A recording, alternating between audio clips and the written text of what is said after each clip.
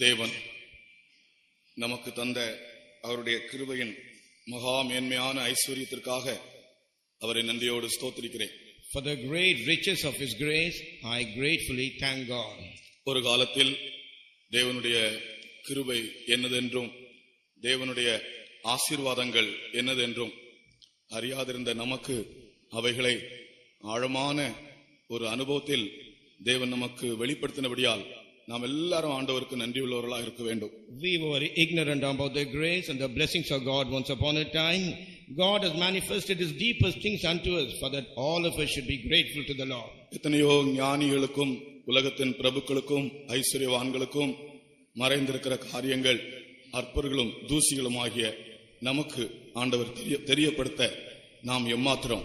These things which have been hidden in the ages past unto all the nobles and the wise people and all the prudent people, and God has made manifest unto us who are poor people. What are we? தேவனுடைய அநாதி அன்பு, அவருடைய இரக்கம், அவருடைய கிருபை இந்த கடைசி நாட்களிலே நம்மேல் விளங்குவதை ஒவ்வொரு நிமிஷமும் நாம் அறிய முடிகிறது. Everlasting God's mercy, grace and love being poured upon us, we are able to experience it every day in our life. ஆகையால் நன்றியுள்ளவர்களும் இதை குறித்து சிந்தித்து ஆண்டவரை மகிமைப்படுத்துகிறவர்களுக்கும் தான் அதிகமான விதத்தில் ஆவிக்குரிய அனுபவங்களை கர்த்தர் வெளிப்படுத்தி தருவார். Only unto those people who are grateful and who meditate upon this and thank God for everything, God will make known unto him the deepest things. ஆவிக்குரிய காரியங்களை நம்முடைய அறிவை வளர்ப்பதற்காக நாம் படிக்கவில்லை. We haven't learned spiritual things to increase our knowledge. வேத புஸ்தகத்தை அறிவுக்காக வாசித்தவர்கள் ஒருவரும் பயனடையவில்லை. No one who read the word of God for the knowledge, God made use of it. உலகத்திலும் எத்தனையோ மேதைகள் வேத புஸ்தகத்தை அறிவுக்காக வாசித்தார்கள். Many prudent on the earth have read the word of God only for the knowledge. அது அவர்களுக்கு பிரயோஜனமாயிருக்கவில்லை. It was not at all profitable unto them. அவருடைய ஆத்துமாவை அது மீட்கவும் இல்லை. And that could not even redeem the soul. ஆகையால் வேதவசனம் என்ன சொல்லுகிறதோ அதன்படியே ஜீவிக்க வாஞ்சியோடு ஒப்பு கொடுத்தலோடும் யார் வேதத்தை தியானிக்கிறதோ அவர்களுக்கு இன்னும் இன்னும் ஆண்டவர் ஆழமான காரியங்களை வெளிப்படுத்துவார். Those with the great desire surrender to read the word of God and to meditate upon the word of God, God will bless them and help them to understand him more and more. நாம் இப்பொழுது பாடினது போல சீக்கிரம் இந்த ராக்காலம் முடிந்து ஒரு பகற்காலம், ஒரு விடியற்காலம் தோன்ற போகிறது. As we sang now, very soon the night period is going to pass away and day is going to start. ஒரு விடியற்காலம் வரப்போகிறது. A morning is going to come. நாம் பகலுக்குரியவர்களாய் இந்த உலகத்தில் இப்பொழுது ஜீவிக்க வேண்டும் என்றுதான் கர்த்தர் நம்மை எச்சரித்துக் கொண்டே இருக்கிறார். God has been warning us so that we may be seen as a people of the day in these days. கர்த்தர் நமக்கு தந்த இந்த தருணத்துக்காக நாம் மறுபடியும் கர்த்தரை ஸ்தோத்திரிப்போமா. Once again for the great Lord God again, let us praise him. Hallelujah, hallelujah, hallelujah, hallelujah, hallelujah, hallelujah, hallelujah.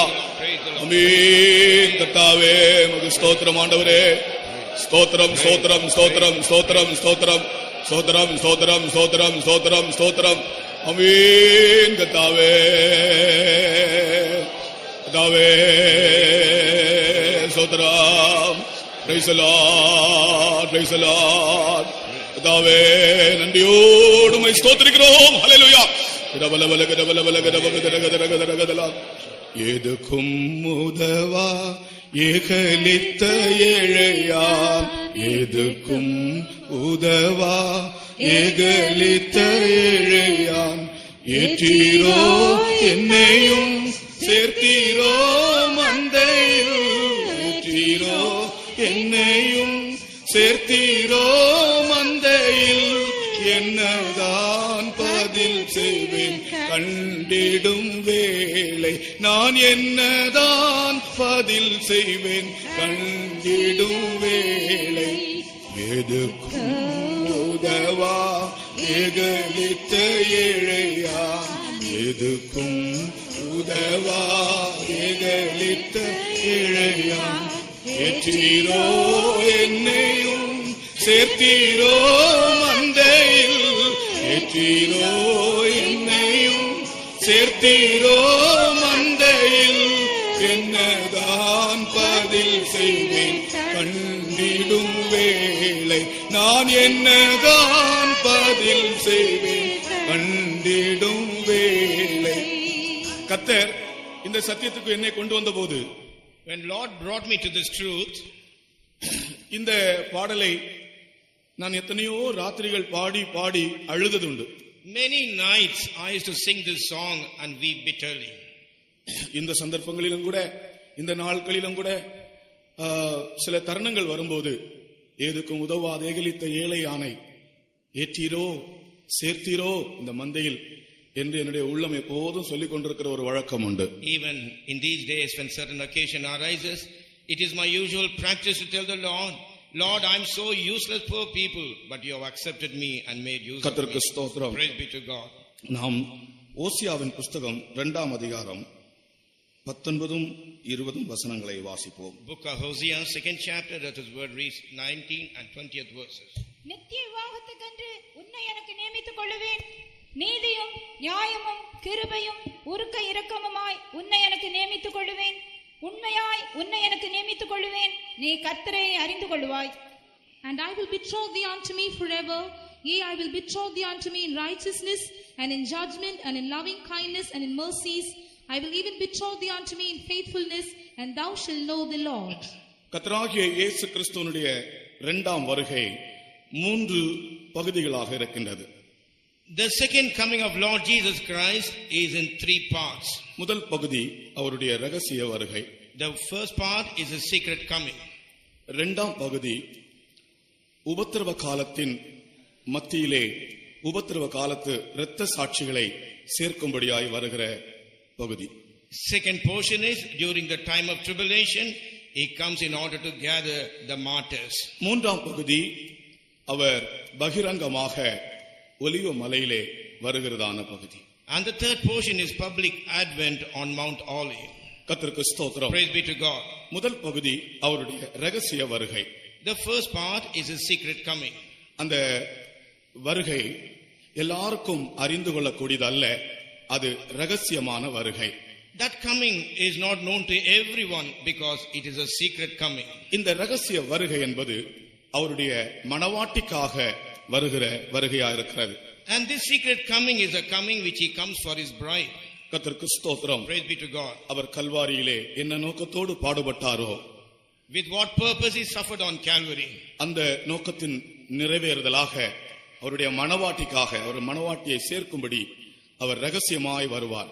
To fulfill his purpose, he will come secretly in order to gather his bride. பழைய ஏற்பாட்டின் காலத்திலேயே நித்திய விவாகம் என்ற ஒரு வார்த்தையை இங்கே நாம் படித்தோம். In the Old Testament time itself, we read the term here is eternal betrothal or eternal marriage. இந்த உலகத்தில் மனிதனுக்கு நடைபெறுகின்ற விவாகம் எதுவும் நித்தியமான விவாகம் அல்ல.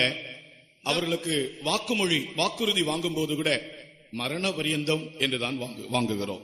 The marriages which is conducted on this earth, these marriages are not forever. Even while they make an oath, it is said till the death. ஆனால் நித்திய விவாகம் என்பது கர்த்தராகிய இயேசு கிறிஸ்துவினுடைய ரகசிய வருகையின் போது மத்திய ஆகாயத்தில் நடைபெறுகிற நிகழ்ச்சி. The eternal or everlasting marriage is a marriage which the incident will take place in the mid-air when Lord Jesus Christ appears. அதுதான் நித்திய விவாகம். That is the everlasting eternal marriage. கர்த்தருக்கு ஸ்தோத்திரம். Praise be to God. அந்த வருகையை பற்றி படிக்கும்படியாகத்தான் நாம் இங்கே கூடியிருக்கிறோம். In order to study about that coming, we all are gathered here.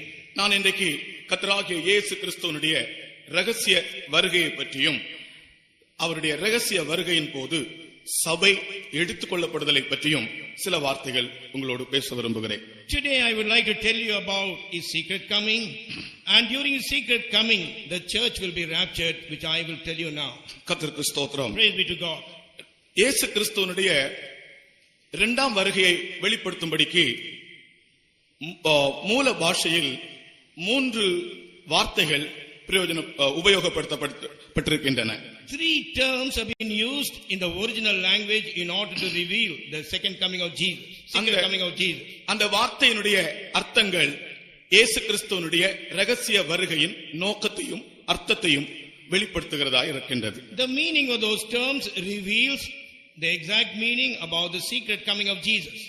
இயேசு கிறிஸ்து ரகசியமாக வருகிறதான அவருடைய வருகையை வெளிப்படுத்தும்படிக்கு இன்றைக்கு நான் 3 வார்த்தைகளை சொல்லுகிறேன். In order to reveal the secret coming of Lord Jesus Christ, today I will tell you 3 words. முதல் வார்த்தை பரோஷியா. The first word is parousia. இரண்டாவது வார்த்தை அப்போகலிப்சிஸ். Second word is apocalypsis. மூன்றாவது வார்த்தை எப்பிபானியா. And the third word is epipania. இந்த 3 வார்த்தைகளும் மூல பதத்தில் அவருடைய வருகையை வெளிப்படுத்தும்படிக்கு எழுதப்பட்டிருக்கின்றன. All these 3 words have been mentioned in order to reveal his secret coming in the original language. சில இடங்களிலே இது ரகசிய வருகையை பற்றியும் சில இடங்களிலே அவருடைய பகிரங்கமான வருகையை பற்றியும் குறிப்பிடும்போது இந்த வார்த்தைகள் உபயோகிக்கப்பட்டிருக்கிறார். In certain places when it is mentioned about his secret coming, in other places when it is mentioned about his public advent, these words have been made use of. நான் இன்றைக்கு ரகசிய வருகையை பற்றி உங்களுக்கு சொல்லுகிறேன். Today I will tell you about his secret coming. அவருடைய வருகை பரோஷியா என்ற வார்த்தையினுடைய அர்த்தம் என்ன? What is the meaning of the term parousia of his coming? அதாவது குறிக்கப்பட்ட அந்த ஆள் வருவதை காண்பிக்கிறது. That talks about the presence of that appointed person. நான் ஒரு முறை கூட சொல்லுகிறேன். Again I am telling you, பரோஷியா என்றால் குறிக்கப்பட்ட அந்த ஆள் வருவதை காண்பிக்கிறது. the term parousia talks about the coming or the presence of the appointed person. அதை சொல்லும்போது எனக்கு ஒரு சம்பவம் ஞாபகம் வருகிறது. When I tell this, I remember an incident. ஒரு நாள் நம்முடைய விசுவாச வீட்டுக்கு பக்கத்திலே ஒரு பெரிய மைதானம். அந்த மைதானத்தில் அன்றைக்கு இருந்த முதலமைச்சர் வருவதாக ஒரு பெரிய விளம்பரம் செய்யப்பட்டது. Next to our faith home was a huge ground. In order that the present chief minister was to come there, a great propaganda and an advertisement was made. பெரிய அளவிலே அலங்காரங்கள் செய்யப்பட்டிருந்தன. Great decorations were made in a very big way. பெரிய எதிர்பார்க்குதலும் வரவேற்பும் காணப்பட்டது. A great welcoming also was seen in that place. முதலமைச்சர் வருகிறார். Chief minister is arriving, chief minister is coming. எல்லா ஜனங்களும் சாலையிலே முதலமைச்சரை பார்க்கும்படியாக எதிர்பார்த்து நிற்கிறார்கள். All the people of the land are standing in the roadside in order to have the glimpse of the chief minister. மைதானம் முழுவதும் ஜனங்கள் நிற்க கூட இடமில்லாமல் நிற்கிறார்கள். Even the entire ground, there was no place for people to stand. அவர் வருகிறார் என்று சொல்லி 6 மணிக்கு வர வேண்டியவர் 7 மணிக்கு வந்தார். Telling that he is going to come, he is scheduled to appear, come there at 6 p.m. but he arrived only at 7 p.m. Car வந்தது. Car came. ஆனால் காரை திறந்து மேடைக்கு ஏறி வந்ததான ஆள் முதலமைச்சர் அல்ல, முதலமைச்சருடைய மகன். Person who came to the stage, he was not the chief minister, but he was the son of the chief minister.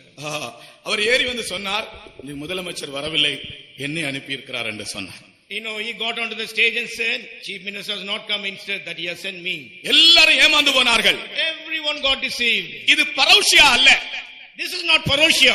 பரோஷியா என்று சொன்னால் குறிக்கப்பட்ட ஆளே வருவதை காண்பிக்கிறது. Parousia is the meaning is the particular person or appointed person, he arrives. கர்த்தராகிய இயேசு கிறிஸ்து தான் வருவார்.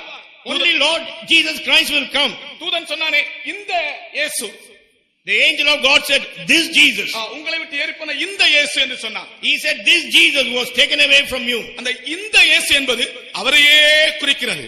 This Jesus talks only about himself. வேத புத்தகத்தில் இந்த என்ற வார்த்தை பல இடங்களிலே எழுதப்பட்டிருக்கிறது. In the word of God, the term this is mentioned in many places.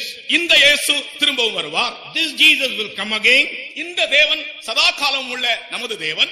This God is everlasting, our God. இந்த நாள் உங்களுக்கு பிரதான நாள். This day is a primary important day for you. இந்த சந்ததி பொல்லாத சந்ததி. This generation is an evil generation. இப்படி வேத புத்தகத்திலே இந்த அதாவது இந்த குறிக்கப்பட்ட அந்த ஆளையோ அந்த வம்சத்தையோ அந்த சம்பவத்தையோ குறிக்கும்படிக்கு இந்த என்ற வார்த்தை உபயோகிக்கப்பட்டிருக்கிறது. In the word of God, this term called this is used in order to denote the particular person or the seed or a particular group. இயேசு கிறிஸ்துவினுடைய ரகசிய வருகையின் போது அவர் தாமே வரப்போகிறார். In the secret coming of Jesus Christ, he himself is going to come. அடுத்தது இந்த அவருடைய வருகையை குறிக்கிற இரண்டாவது வார்த்தை, the second word which talks about his coming is, அவருடைய வருகையை குறிக்கிற இரண்டாவது வார்த்தை, the second term which is used for his coming, அப்போகலிப்சிஸ். apocalypsis. அப்போகலிப்சிஸ் என்று சொன்னால் When you say apocalypse, அவர் தன்னை வெளிப்படுத்துவதை காண்பே. திரை நீங்குதல் என்ற அர்த்தம். the meaning is unveiling. திரை நீங்குதல், Unveiling.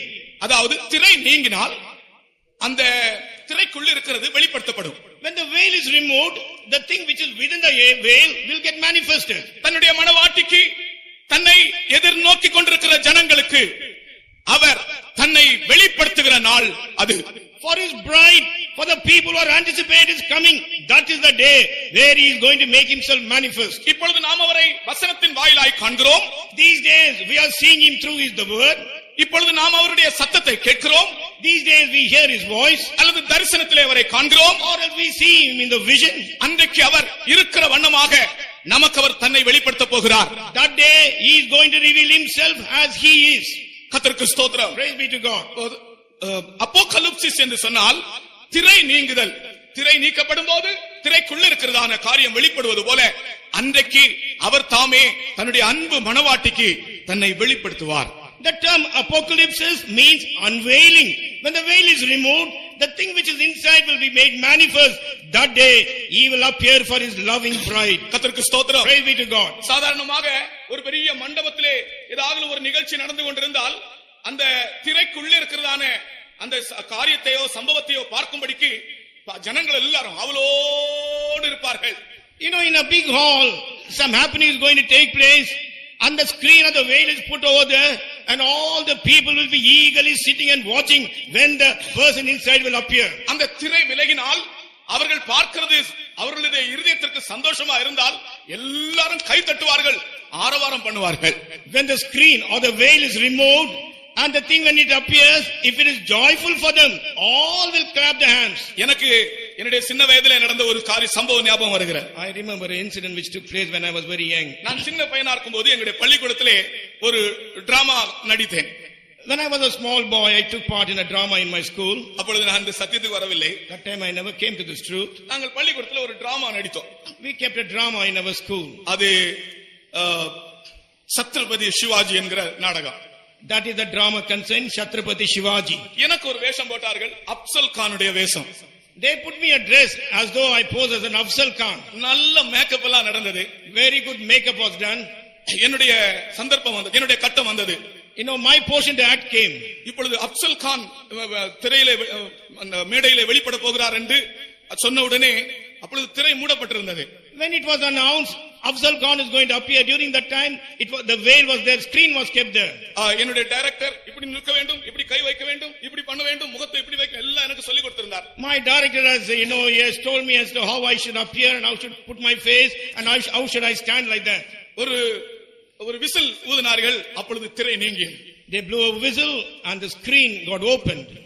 அப்பொழுது அப்சல் கானை பார்த்த உடனே எனக்கு இன்றைக்கு நான் இது சொல்லும்போது எனக்கு ஞாபகம் வந்தபடி நான் சொல்லுகிறேன், எல்லாரும் பெரிய சந்தோஷப்பட்டு கையடிக்க தொடங்கினார்கள். As soon as they saw Afzal Khan coming from inside, because this incident comes to my remembrance now, I'm telling you, all started to be very happy and they started clapping hands. இயேசுவினுடைய முகத்தை பார்க்கும்படி வாழ்நாளெல்லாம் தவித்துக் கொண்டிருக்கிற உனக்கு அன்றைக்கு திரை நீங்கும் போது எவ்வளவு மகிழ்ச்சி இருக்கும் என்று உன்னுடைய இருதயம் இப்பொழுது சொல்லுகிறது.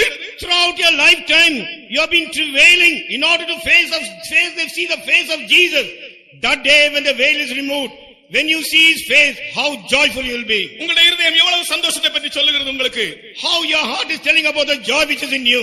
வாழ்நாளெல்லாம் காத்துக் கொண்டிருந்த அந்த முகம், that face which was anticipated throughout your lifetime.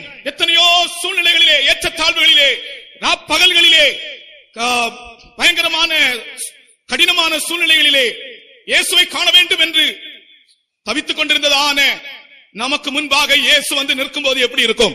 We who are getting trouble or travailing amidst many kinds of persecutions and problems in many kinds of incidences, when we see Jesus, how joyful we will be. அதுதான் அப்போகலிப்சிஸ்.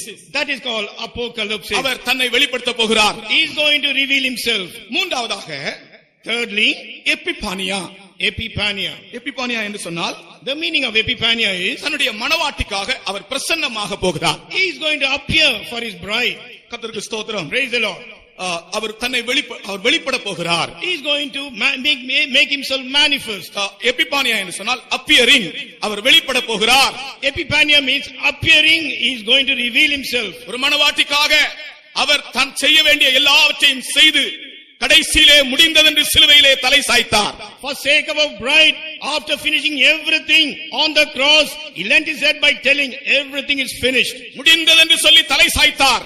Telling that it is finished, he put his head down. ஒரு மணவாட்டிக்காக தான் செய்ய வேண்டியது எல்லாவற்றையும் செய்து முடித்த இயேசு, Jesus who did everything and completed for sake of bride, அந்த மணவாட்டிக்காக மத்திய ஆகாயத்தில் வெளிப்பட போகிறார். for sake of that bride, he is going to appear in the mid-air.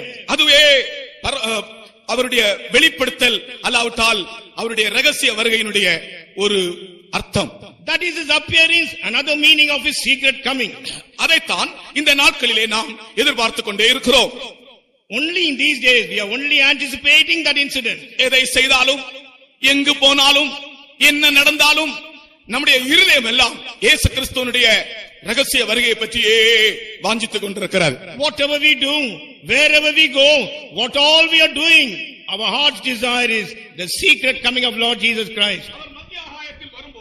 When he appears in the midair, அந்த கடைசியிலிருந்து இரண்டாவது படம் அதை நீங்கள் பாருங்கள். அவர் மத்திய ஆகாயத்திலே வரும்போது, the second picture from the last, you see that when he comes in the midair, இயேசு கிறிஸ்து மத்திய ஆகாயத்தில் வரும்போது, when Jesus Christ comes in the midair, சபை எடுத்துக்கொள்ளப்படும், அல்லாவிட்டால் மணவாட்டி எடுத்துக்கொள்ளப்படுவாள். the church will be taken up or the bride will be taken up.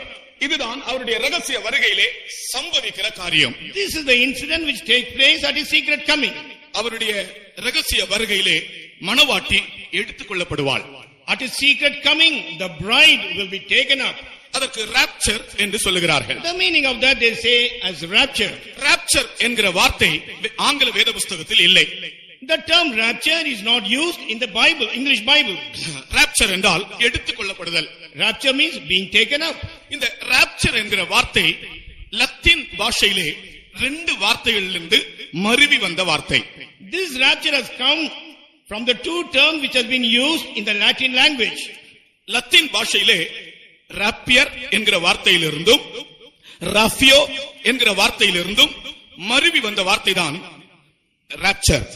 You know the term from the Latin language, rapier and rafio got translated as rapture in English. கர்த்தருக்கு ஸ்தோத்திரம். Praise be to God. rapier என்கிற வார்த்தையினுடைய அர்த்தம் என்ன தெரியுமா? You know what is the meaning of the term rapier? Latin பாஷையிலே rapier என்று சொன்னால், in the Latin language when they say rapier, to transport from one place to another, ஒரு இடத்திலிருந்து இன்னொரு இடத்துக்கு கொண்டு போவது என்று அர்த்தம். to transport from one place to another place. நேற்றுக்கு நாம் படித்தோம், இந்த கிறிஸ்துவினுடைய மணவாட்டி இப்பொழுது எங்கே இருக்கிறாள்? Yesterday we learned the bride of Christ. Where is she now? இப்பொழுது எங்கே இருக்கிறாள்? Where is she now?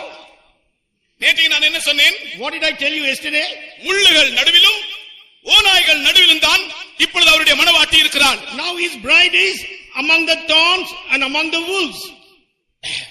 rapier அல்லாவிட்டால் rapture என்று சொல்லும்போது, when we say rapture, ஒரு இடத்திலிருந்து இன்னொரு இடத்திற்கு அவளை கொண்டு போகிறார். அதாவது இந்த முட்கள் நடுவிலிருந்தும் இந்த ஓநாய்கள் நடுவிலிருந்தும் தன்னுடைய மணவாட்டியை அவளுக்காக ஆயத்தமாக்கி இருக்கிற இடத்திற்கு ஆண்டவர் கொண்டு போவார். he is going to transport from one place to another place. The bride presently living among thorns and living among the wolves, he is going to take to a place which has been prepared for the bride. இப்பொழுது நீ முட்களின் நடுவில் இருக்கலாம்.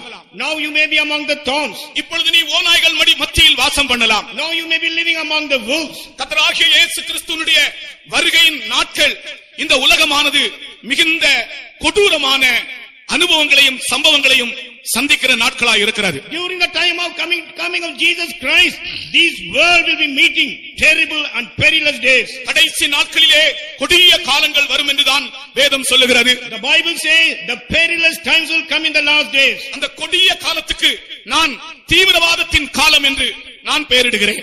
I name that perilous days as the time of terrorism. கர்த்தராகிய இயேசு கிறிஸ்துவினுடைய வருகையின் நாட்களிலே இயேசு கிறிஸ்துவினுடைய மனைவி ஜீவிக்கிற காலம் எப்படிப்பட்ட காலம் தெரியுமா? You know, during the time of coming of Lord Jesus Christ, You know what is the time where the wife of Jesus lives? கொடிய காலம், தீவிரவாதத்தின் காலம். Perilous days or the time of terrorism. Pavul சொல்கிறார் பொல்லாத காலம் என்று. St. Paul says evil time. ஒரு பொல்லாத உலகத்திலே இப்பொழுது ஜீவித்துக் கொண்டிருக்கிற தன்னுடைய மனவாட்டியை ஒரு இடத்திலிருந்து அவளுக்காய் ஆயத்தப்படுத்தி இருக்கிற இடத்துக்கு ஆண்டவர் கொண்டு போவார். The bride of Christ presently living in this wicked period, he will transport her from one place to another place which has been prepared for her. அதுதான் ராப்பியர்.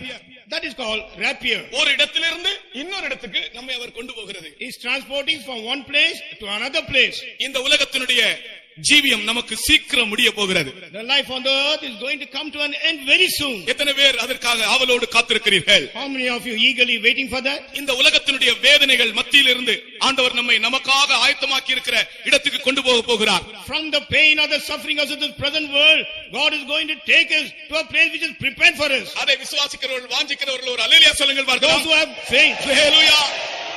எல்லா கைகளும் உயர்கிறது. எப்பொழுது போகலாம் என்று தான் வாஞ்சியோடு இருக்கிறோம். Everyone's hand is being lifted up. We are eagerly waiting when we can go there. அடுத்தது அந்த லத்தீன் வார்த்தை, இன்னொரு வார்த்தை ராஃபியோ. And the second word used for in Latin language is called raphio. அதற்கு ரெண்டு அர்த்தங்கள் உண்டு. Two meanings are there for that. ஒன்று, One, திடீரென்று எடுத்துக்கொள்ளப்படுதல். suddenly being carried away. கர்த்தருக்கு ஸ்தோத்திரம். Praise be to God. அதுதான் கர்த்தராகிய இயேசு கிறிஸ்துவினுடைய ரகசிய வருகையிலே நிறைவேற போகிறது. That is the thing which is going to take place in the secret coming of Lord Jesus Christ. இயேசு கிறிஸ்துவா ஆகிய அந்த இயேசு கிறிஸ்து மத்தியாகாயத்தில் வரும்போது When Jesus Christ comes in the midair, இந்த உலகத்தில் என்ன சம்பவிக்கும் தெரியுமா? you know what will take place on this earth? திடீரென்று ஒரு கூட்டம் ஜனங்கள் எடுத்துக்கொள்ளப்படுவார்கள். Suddenly one group of people will be carried away. அது எப்படி என்று நான் உங்களுக்கு விளக்குகிறேன். I will explain you how it is possible. இந்த மேசை மேலே கொஞ்சம் குண்டூசிகளை இப்படி வையுங்கள். You think that there are pins on top of this table. குண்டூசியா அப்படியே கொஞ்சம் குண்டூசிகளை வைங்க. Lot of paper pins is all spread over on this table. ஒரு பவர்ஃபுல் மேக்னெட், ஒரு நல்ல வல்லமையான காந்தத்தை நீங்கள் மேல இருந்து அப்படியே கீழே நகர்த்தி கொண்டு வாருங்கள். You just bring a powerful magnet right from top and keep on bringing it down. இந்த காந்தம் கீழே வர வர வர வர வர வர ஒரு குறிப்பிட்ட தூரத்தில் வந்தவுடனே இந்த மேசை மேல் வைக்கப்பட்டிருக்கிற இந்த குண்டூசிகள் எல்லாம் அதோடு ஒட்டும். அப்படியே as the magnet keeps on coming down in a particular height, all the paper means which is spread over the table, suddenly everything will gather and will get attached to that magnet. திடீரென்று எடுத்துக்கொள்ளப்படும். Suddenly it will be taken up. அதுதான் ராஃபியோ. That is called raphio. இதுதான் இயேசு கிறிஸ்துவினுடைய ரகசிய வருகையின் போது சம்பவிக்கிற காரியம். This is the incident which take place at the secret coming of Lord Jesus. உலகம் இதை அறியவில்லை. The world has not known it. இயேசு கிறிஸ்துவாகிய காந்தன் வரும்போது அவருடைய மனவாட்டி திடீரென்று எடுத்துக்கொள்ளப்படுவாள். உலகம் இதை அறியவில்லை. When Jesus Christ the magnet comes, his bride will be suddenly taken up and the world is ignorant about it. வசனம் சொல்லுகிறது, ரெண்டு பேர் ஒரு படுக்கையிலே படுத்திருப்பார்களாம். ஒருவன் எடுத்துக்கொள்ளப்படுவான், ஒருவன் கைவிடப்படுவான். The word of God says, two will be lying on the bed, one will be taken up and the other will be left behind. கர்த்தருக்கு ஸ்தோத்திரம். Praise be to God. அடுத்த நாள் காலையிலே தினத்தந்தி பேப்பர்ல வரும், அடையார்லே கொஞ்சம் பேர் மிஸ்ஸிங், மிஸ்ஸிங் இல்ல, காணவில்லை, கொஞ்சம் பேரை காணவில்லை. The next day morning you will find in Dinatandi a news coming there near Adiyar, a small group of people cannot be seen. காணவில்லை. They could not be seen. English பேப்பர்ல missing என்று வரும், kidnapped என்று வரும், கொஞ்சம் பேர் காணவில்லை. In English it may be missing or kidnapped, but some people, some group of people could not be seen. எல்லாரும் வீரப்பனை கூட சந்தேகப்படுவாங்க. Everyone will doubt. எல்லாரும் வீரப்பனை கூட சந்தேகப்படுவாங்க. Everyone will doubt Veerappan. ஆனா இவ்வளவு பேரை வீரப்பன் எங்க பிடிச்சிட்டு போக போறான்? How many this group of people, how many people Veerappan can take? அவன் எப்போவாவது ஒரு தடவை யாராவது ஒரு ஆளை பிடிப்பான். Sometime or the other he will only come and take one person. ஆனால் மொத்தமாக ஒரு இடத்திலிருந்தும் ஆட்களை காணவில்லை என்கிற செய்தி வெளியே வருமே ஒழிய இயேசு கிறிஸ்து வெளிப்பட்டார் என்றோ அவருடைய மனவாட்டி எடுத்துக்கொள்ளப்பட்டார் என்றோ உலகம் அறியவில்லை. ஆகையால் இது ரகசிய வருகை. Only the news will come in the public papers. One group of people are missing, but not the appearing of Lord Jesus Christ as the secret coming or the bride being taken away. மறுபக்கத்தில் அதற்கு நான் ஒரு அர்த்தம் சொல்லுகிறேன். On the other side I will tell you the meaning. பிரியமானவர்களே, ஒருவன் ஏற்றுக்கொள்ளப்படுவான், ஒருவன் கைவிடப்படுவான் என்று சொன்னேனே. I told you one will be taken up and the other will be left behind. இது ஒரு நியாய தீர்ப்பாகவும் காணப்படுகிறது. This will be even as seen as a judgment. நீங்கள் ஆதாமில் இருந்தே பாருங்கள், You right from the beginning you see the chart. ஆதாமிலிருந்தே நீங்கள் பாருங்கள். Right from the beginning you see the chart. ஆதாமுக்கு 2 பிள்ளைகள். Abraham had 2 children. Adam had 2 children. அந்த ஒருவன் கர்த்தரை அங்கீகரித்தார், ஒருவனை கர்த்தர் தள்ளினார். God accepted one son, he rejected the other one. அதற்கு பிற்பாடு நோவாவுடைய காலத்தை பாருங்கள். After that you see the period of Noah. நோவாவுடைய குடும்பத்தை மாத்திரம் தெரிந்து கொண்டார், மற்றவர்கள் எல்லாம் நியாயம் தீர்த்தார். God had chosen only the family of Noah and all other people were judged by God. ஒருவன் ஏற்றுக்கொள்ளப்படுவான், ஒருவன் கைவிடப்படுவான் என்பது அங்கிருந்தே வருகிற ஒரு காரியம்தான். This is the thing which is starting right from the very beginning, that one will be taken up and the other will be left behind. அடுத்தது ஆபிரகாமுடைய காலத்திலே பாருங்கள். You observe during the time of Abraham. ஆபிரகாமுக்கு 2 பிள்ளைகள். ஆபிரகாமுடைய குடும்பத்தை கர்த்தர் தெரிந்து கொண்டார். God has chosen the family of Abraham. ஆபிரகாமுக்கு 2 பிள்ளைகள். Abraham had 2 children. ஒருவனை கர்த்தர் ஏற்றுக்கொண்டார், ஒருவனை கர்த்தர் தள்ளினார். God accepted one and rejected the other. கர்த்தருக்கு ஸ்தோத்திரம். Praise be to God. ஈசாக்குக்கு 2 பிள்ளைகள். Isaac had 2 children. ஒருவனை கர்த்தர் ஏற்றுக்கொண்டார், ஒருவனை தள்ளினார். God accepted one and rejected the other. அதற்கு பிற்பாடு யாக்கோபினுடைய சந்ததியிலே யாக்கோபினுடைய சந்ததியாகிய ஜனத்தை மட்டும் உலகத்தில் கர்த்தர் தெரிந்து கொண்டார், மற்றவர்கள் எல்லாரையும் கர்த்தர் தள்ளினார். Next that the seed of Jacob only God has chosen among this earth, all other people he rejected. Kalvari சிலுவை வந்தபோது சிலுவையை விசுவாசிக்கிறவர்கள் யாரோ, இயேசு கிறிஸ்துவை விசுவாசிக்கிறவர்கள் யாரோ அவர்களை தெரிந்து கொண்டார், மற்றவர்கள் எல்லாரையும் ஆண்டவர் தள்ளுகிறார். When Calvary's cross came, those who believed on the cross or those who believed on Jesus Christ, he accepted them. All others were rejected. இயேசு கிறிஸ்துவின் ரகசிய வருகையின் போது இயேசுவை விசுவாசித்தவர்கள் மத்தியிலும் கூட ஒருவன் ஏற்றுக்கொள்ளப்படுகிறான், ஒருவன் கைவிடப்படுகிறான். During the secret coming of Lord Jesus Christ, among the people who believe in Jesus, one group will be taken up, other will be left behind. இயேசு கிறிஸ்துவினுடைய ரகசிய வருகை ஒரு நியாய தீர்ப்பாகவும் இந்த உலகத்திலே காணப்படும். The secret coming of Lord Jesus Christ will be seen as a judgment upon this earth. எடுத்துக்கொள்ளப்படுகிறவர்களுக்கு அது சந்தோஷமும், கைவிடப்படுகிறவர்களுக்கு அது நியாய தீர்ப்புமாய் காணப்படும். It will be a joyous thing for those people who are caught up, and for those who are left behind it will turn out to be a judgment. ராஃபியோ என்று சொன்னால் திடீரென்று எடுத்துக்கொள்ளப்படுவது. Raphio means suddenly being carried away. அதற்கு இன்னொரு வார்த்தை அர்த்தம் உண்டு. Another meaning is there for that. மிகவும் உயரமான இடத்திலே, மிகவும் உயரத்திலே ஒரு பொருளை எடுத்துக்கொண்டு போவது என்ற அர்த்தம் உண்டு. ஒரு பொருளை அதனுடைய சொந்தக்காரன் வந்து யாருக்கும் தெரியாமல் வந்து அதை எடுத்துக்கொண்டு உயரத்திலே கொண்டு போவது. The owner of a certain thing or an object, the owner comes and takes him to far above all places, high place. தன்னுடைய மணவாட்டியை ஆண்டவர் உயர எடுத்துக்கொண்டு போகிறார். Lord Jesus Christ is going to take his bride to a very high place. கர்த்தருக்கு ஸ்தோத்திரம். Praise be to God. இந்த உலகத்திலே உன்னுடைய தாழ்மையை பற்றி நீ துக்கப்படாதே. Do not be sorrowful about the humility on this earth. இந்த உலகத்திலே உன் வேதனையை பற்றி நீ துக்கப்படாதே. On this earth, do not be troubled about your pain. அவருக்கு முன்பாக நீ உன்னை தாழ்த்தினால் அவர் உன்னை உயர்த்துகிற ஒரு நாள் உண்டு. When you humble yourself in his presence, there is a day when he is going to exalt you. கர்த்தராகிய இயேசு கிறிஸ்துவை பிதாவானவர் அவருடைய வலது கரத்தினால் உயர்த்தினார் என்றுதான் வேதம் சொல்லுகிறது. The word of God says, God the Father with his right hand exalted his son Lord Jesus Christ to high places. இயேசு கிறிஸ்து உயர்த்தப்பட்டது போல இயேசு கிறிஸ்துவுக்கு முன்பாக தன்னை தாழ்த்துகிறவன் யாரோ அவனும் உயர்த்தப்படுவான். As Jesus Christ was exalted far above, he who humbles himself like Jesus, he also will be exalted. ஒரு நாள் ஒரு இந்த பெந்தேகோஸ்தே சத்தியத்தை எதிர்க்கிற ஒரு சகோதரியை சந்திக்கும்படியாக நானும் ஒரு விசுவாசியுமாய் போனோம். Myself and another believer, we went to see one sister who were opposing to this Pentecostal faith. அந்த அவர்களிடத்துல யாரும் பக்கத்தில் போக முடியாது. பயங்கரமான ஒரு lady. Nobody can draw near her because she was a terrible woman. அவர் சொன்னார், ஐயோ அவர்களிடத்துல பேச முடியாதே எப்படி என்று கேட்டு ஒரு பயத்தோடு தான் நாங்கள் போனோம். He told me it is very difficult to talk to her. With a great fear we approached her. அதற்காக நாங்கள் ஒரு நாள் உபவாசம் எடுத்து அந்த ஸ்திரியை சந்திக்கும்படியாய் போனோம். For that purpose we took fasting for a day and went to meet that woman. ஒரு பெரிய பங்களாவிலே குடி இருக்கிறார்கள். She was residing in a big bungalow. யார் வந்தாலும் அவர்கள் சரியா பேச மாட்டார்கள். Whoever may come into the place, she will not talk properly. கர்த்தாவே எப்படி ஆள் இந்த ஸ்திரியிடத்திலே ஆண்டவருடைய வருகையை பற்றி சொல்ல வேண்டும் கர்த்தாவே என்கிற ஒரு நோக்கத்தோடு நாங்கள் புறப்பட்டு போனோம். With the purpose, Lord, some or the other we must tell the gospel to this woman, and with that purpose we went to her. ஒரு நாள் உபவாசம் எடுத்து போனோம். We took a fasting for a day and then went. நாங்கள் போய் அந்த காம்பவுண்ட்ல போய் நின்றபோது அந்த ஸ்திரீ அவர்களே வந்தார்கள். When we went into the compound, we were standing.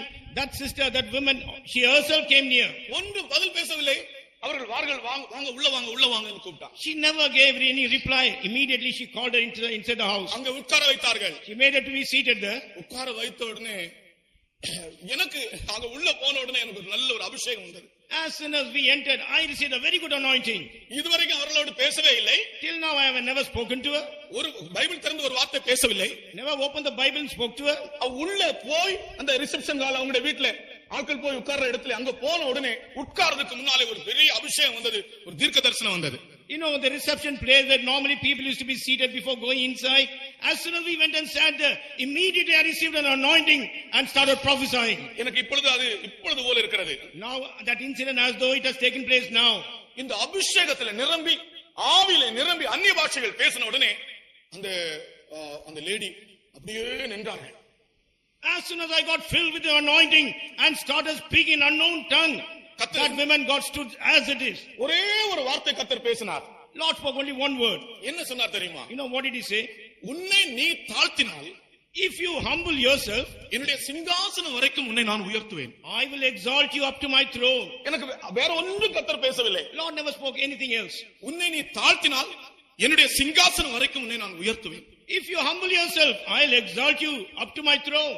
கர்த்தருக்கு ஸ்தோத்திரம். Praise be to God. நின்று கொண்டு ஆவியில நிரம்பி இந்த ஒரு வார்த்தை சொன்னோம். அதற்கு பிற்பாடு அவர்கள் ஒன்றும் பேசவில்லை, உட்காருங்கள் என்று சொன்னார்கள். Standing, getting filled with the Spirit, we prophesied this word. She never spoke anything. Instead, she made us to sit there. அவர்களே கேட்டார்கள், நீங்கள் என்ன பேசுறீர்கள்? ஒரு சிங்காசனத்தை பற்றி பேசினீர்களே, அது என்ன சிங்காசனம்? அது எங்க இருக்கிறது? ஒரு நல்ல வாசலை ஆண்டவர் திறந்து தந்தார், அதை பற்றி சொல்லும்படியாக. She asked herself to us, what are you talking about a throne? And God opened a very good door to tell her about everything. கர்த்தராகிய இயேசு கிறிஸ்துவினுடைய வருகையிலே அவர் ஆயத்தமா இருக்கிற மணவாட்டியை உயர எடுத்துக்கொண்டு போவார். At the secret coming of Lord Jesus Christ, the bride who has been preferred, he will take her to a very high place. இந்த உலகத்தில் உனக்கு இருக்கிற உயர்வினாலே நீ திருப்தி அடைய வேண்டாம். Do not be satisfied by the exalted position what you have on this earth. உன்னுடைய உத்தியோக உயர்வு ஒரு உயர்வு அல்ல. The exalting of your job, it is not a high places. உன்னுடைய சம்பளத்தின் உயர்வு ஒரு உயர்வு அல்ல. Your increase in your salary is not a exaltation. சமுதாயத்தில் உன்னுடைய உயர்வு ஒரு உயர்வு அல்ல. Exaltation in society is not exaltation. உன்னுடைய வாழ்க்கையிலே ஒரு உயர்வு உண்டு. அந்த உயர்வு என்ன தெரியுமா? ஆண்டவராகிய இயேசுவின் ரகசிய வருகையிலே இந்த பூமியில் இருந்து நீ உயர கொண்டு போகப்படுவாய். அதுதான் உன்னுடைய வாழ்க்கையிலே நீ அடைய வேண்டிய உயர்வு. There is a promotion in your life. You know what it is? That in the secret coming of Lord Jesus Christ, you will be taken up to the high places. That is your promotion. அப்படி உயர போக விரும்புகிறவர்கள் எல்லாரும் கரங்களை உயர்த்தி ஒரு அல்லேலூயா சொல்லுவோமா? அல்லேலூயா. ஆண்டவர் தான் நம்மை உயர்த்த போகிறார். Lord is going to exalt us. எந்த விதமான வித்தியாசங்களோ எந்த விதமான முகதாட்சண்யங்களோ அதிலே இல்லை. There is no kind of differences or partiality. அவருடைய ரகசிய வருகையின் போது இதுவரைக்கும் அவருடைய சமூகத்தில் தாழ்மையோடு யார் ஜீவித்ததோ, மறைந்து யார் ஜீவித்ததோ அவர்களை ஆண்டவர் உயர்த்த போகிறார். Those who lived a life of humility, those who lead a hidden life, at his secret coming, he is going to exalt them. ஆண்டவர் உன்னை உயர்த்தும்படியாக இப்பொழுது நீ மறைந்து ஜீவி. For God to exalt you right now, you hide yourself and live. ஆண்டவர் உன்னை உயர்த்தும்படியாக இப்பொழுது நீ தாழ்ந்து ஜீவி. For God to exalt you, you humble yourself and live. தாழ்மை என்பது கிறிஸ்தவ ஜீவியத்தின் மேன்மையான ஒரு அனுபவம். Humility is an excellent experience in Christian religion. கர்த்தராகிய இயேசு கிறிஸ்து மரண பரியந்தம் தன்னை தாழ்த்தினார். ஆகையால் பிதா வலது கரத்தினால் அவரை உயர்த்தினார். Lord Jesus Christ humbled himself until death. Therefore God the Father with his right hand he exalted him far above all places. அதுபோல எல்லா பெருமைகளையும் எல்லா விதமான மேட்டிமைகளையும் அகற்றி உங்களை ஆண்டவருக்கு முன்பாக நீங்கள் தாழ்த்தினால் ஒரு நாள் அவர் நம்மை உயர்த்துகிற நேரம் வரும். Setting aside all your pride and haughtiness, if you humble yourself in the presence of God, one day will come when God is going to exalt you. ஒரு நாள் நான் இந்த வாக்குத்தத்தத்தை வாசித்துக் கொண்டிருந்தேன். One day I was reading these promises. அவர் உங்களை ஏற்ற சமயத்தில் உயர்த்தும்படிக்கு அவருடைய பலத்த கரத்துக்குள் அடங்கியிருங்கள். அது இந்த உலகத்துக்கு உயர்வு என்றுதான் சாதாரணமாக நான் நினைக்கிறது உண்டு. You abide in his mighty hand for Lord to exalt you in our appointed time. In common we think about our promotion on this earth. It is not that. ஒரு வசனத்தை எடுக்கும்போது ஏதோ ஒரு பகுதி மாத்திரம் நாம் விளங்கினால் போதாது. When we take a verse, it is not sufficient if you only understand one portion. அவர் உங்களை ஏற்ற சமயத்தில் உயர்த்தும்படிக்கு In the appointed time for him to exalt you. அப்ப இந்த உலகத்திலேயும் கூட நமக்கு சில உயர்வுகள் அவருடைய கரத்தில் அடங்கி இருக்கும்போது ஏற்ற சமயத்தில் உண்டாகும். On this earth also, our promotion when it is in his hand, in the right and appointed time it will take place in our life. ஆனால் இந்த உலகத்தின் உயர்வுகளை விட எல்லாவற்றையும் விட மேலான ஒரு உயர்வுதான் ஆண்டவர் நம்மை உயிர்ப்பிக்கிற நாள், அல்லாவிட்டால் உயர்த்துகிற நாள், அந்த வருகையின் நாள்.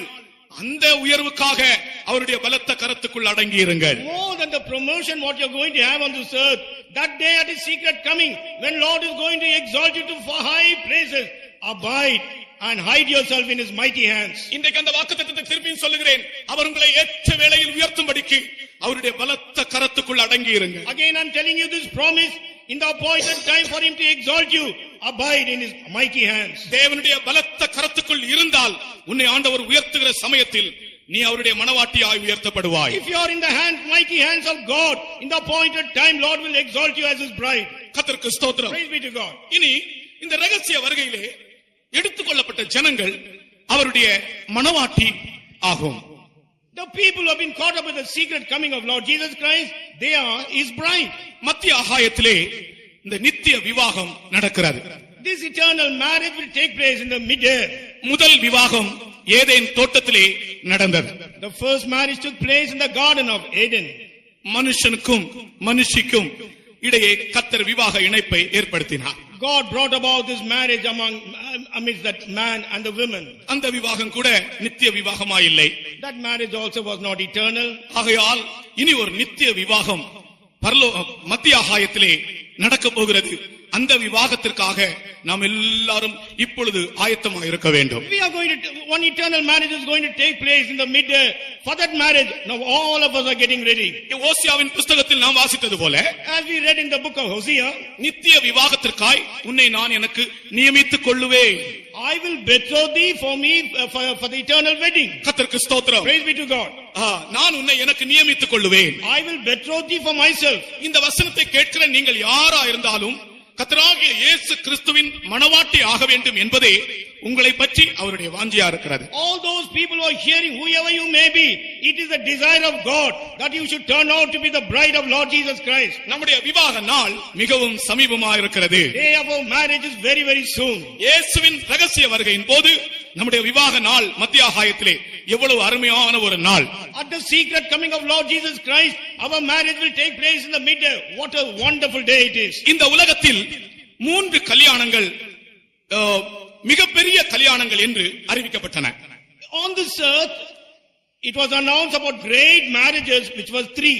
1923 வருஷம் இந்த உலகத்திலேயே மிகப்பெரிய கல்யாணம் என்று ஒரு கல்யாணம் அறிவிக்கப்பட்டது. In the year 1923, it was announced about a very very big marriage on this earth. அது யாருக்கு தெரியுமா? You know with whom it was?